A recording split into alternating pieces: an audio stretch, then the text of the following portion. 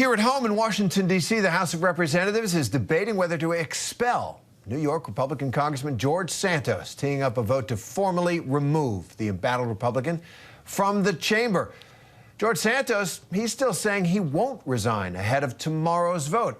This comes after a scathing House Ethics Committee report that accused Santos of misusing thousands of dollars in campaign donations on luxuries like gambling and Botox, too. Speaking on the House floor just moments ago, Congressman Santos challenged the effort to oust him.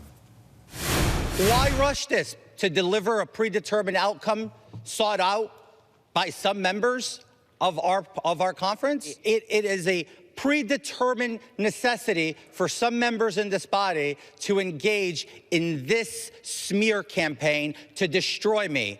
I will not stand by quietly. They want me out of this body. The people of the 3rd District of New York sent me here. If they want me out, they're going to have to go silence those people and take the hard vote. Well, in October, George Santos pleaded not guilty to 23 charges, including conspiracy, identity theft, and wire fraud. That trial is set to begin in September of next year, so there's been no conviction in this case. Our Jay O'Brien joins us now from Capitol Hill. So, Jay, the debate is underway there. George Santos himself standing up and giving him the best defense he has, really, I think, in the Congress, which is that this isn't your seat to control. The people of the 3rd District of New York control this seat. How's that going to go for him, do you think? Yeah, well, that debate, just the procedure first here, Terry, is happening right now as we speak. Debate always comes before a vote, but the vote is on track for tomorrow. It takes 290 lawmakers, 2/3, to kick anyone out of the House of Representatives. And so that means from the last time there was this vote in early November, about 100 lawmakers would need to flip their vote to be in favor of ousting George Santos. Santos has repeatedly said he's not going to resign, but he admitted to me earlier today that he's a distraction. And he said that he is distracting the work of the House of Representatives. So I asked him why not resign in that case. Here's what he told me. You said that this is a distraction for the institution. I know you've been getting this question a lot, but if it's really, truly a distraction for the institution, why not just resign? Because if I leave, they win. If I leave, the bullies take place. This is bullying. The reality of it is it's all theater. It's theater for the cameras. It's theater for the microphones. It's theater for the American people at the expense of the American people. He says it's political theater, Terry. He's actually speaking now on the House floor in his defense, part of the continued process and debate. Here's Santos. You know, it's no secret in this body that obviously I have an ongoing process with the DOJ. I was given a deadline, an unrealistic deadline, to testify before the committee the same day that I had to go to court. And they gave us a hardliner, yes or no answer. They wouldn't settle for anything else. That was the deadline.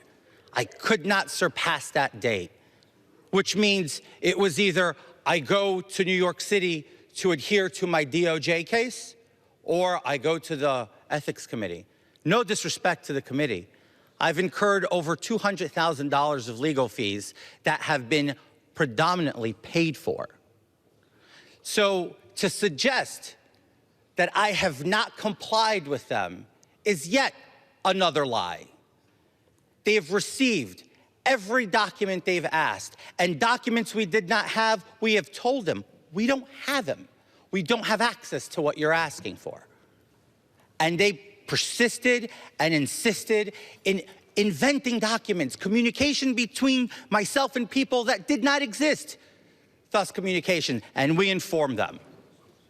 This was all on the record. But I rise and I question again to the chairman, will he set the record straight that his expulsion resolution contradicts the findings of his report? Which one is it? Am I guilty of a sexual harassment claim or am I not? The report says I'm not. His filing on this expulsion resolution says I am. That is a very serious allegation, one that I sought to see the end of, where the House, the Office of Congressional Ethics, sent a referral to the investigative subcommittee saying that they did not suggest further investigation into the matter because it lacked credibility. Yet it sits on their expulsion resolution. I call that hypocrisy, more lying, more swamp behavior from this body. The same reason that Americans have no trust in this body, because unfortunately far too often, too many of our colleagues here will speak from both sides of their mouths without regard to who it might hurt. As it is said, people in this town will hurt people a whole lot so they can benefit just a little bit. With that, I reserve. Reserves. Gentleman from New York. Mr. Speaker, how much time do I have remaining? Gentleman has 2 minutes remaining. 2 minutes. You might want to listen. All right, I'd like to yield 1 minute to my friend from New York, Mr. Molinaro. Dear God, Mr. Speaker, my future former colleague is divorced from reality.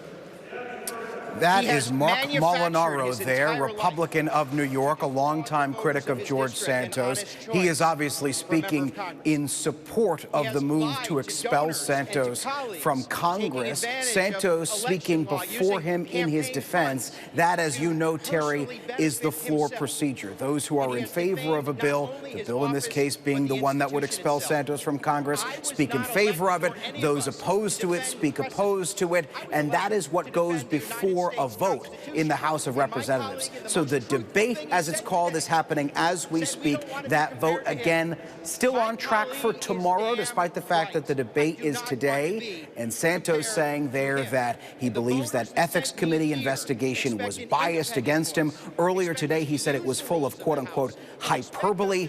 But one more point here, Terry, that's worth noting is Santos has publicly said that he disagrees with the ethics committee report. But when he had that press conference earlier today that I was at, he was asked repeatedly to dispel, or what if he could dispel certain allegations made in that report. He said he could, but he wasn't going to. Instead, he said he's going to do that in the future at a later date, he claims. My breath for that, but I do want to ask you a big question here, Jay, which is that obviously there have only been 5 expulsions in the history of Congress. There have been a lot more than 5 scoundrels, let's call them. But previously, most people who would have been under indictment, they resigned, right? They said, you know, I'm not going to bring the institution down. I'm going to put the institution through the trauma and the potentially dangerous precedent of expelling someone before a conviction. I wonder if it's a sign of the times or just a sign of the way of who Congressman George Santos is, that he wouldn't, even though he acknowledges this is damaging the institution, do the decent thing, as many members of Congress have, and resign in a situation like this.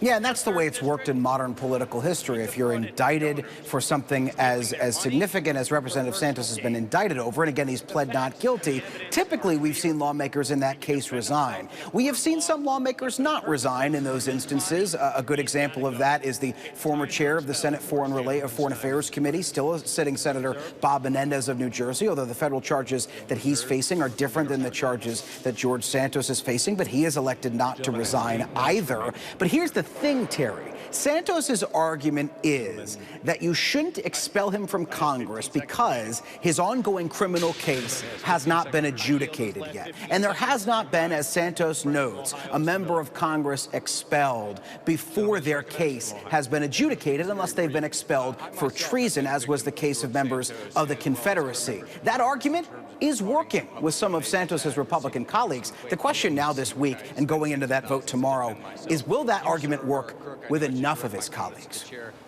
Yeah, it's a great drama over trivial things, Botox and things like that. It's not an affair of state. Anyway, Jay O'Brien, thanks very much. Hi, everyone. George Stephanopoulos here. Thanks for checking out the ABC News YouTube channel. If you'd like to get more videos, show highlights, and watch live event coverage, click on the right over here to subscribe to our channel. And don't forget to download the ABC News app for breaking news alerts. Thanks for watching.